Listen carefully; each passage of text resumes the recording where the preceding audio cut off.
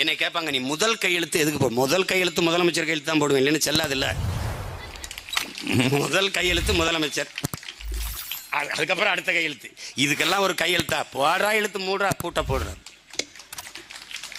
வந்த உடனே 4 மாதத்தில் கல்லுக்கடையை திறந்துடுவேன். பனை 3 மாதம், அதுக்கப்புறம் தென்னை 24 எப்பவும் இருக்குது. தென்னம்பால், பனம்பால், மூலிகைச்சாறு கடையெல்லாம் திறந்து நிறுத்திட்டு மூடுறான்டுவேன்.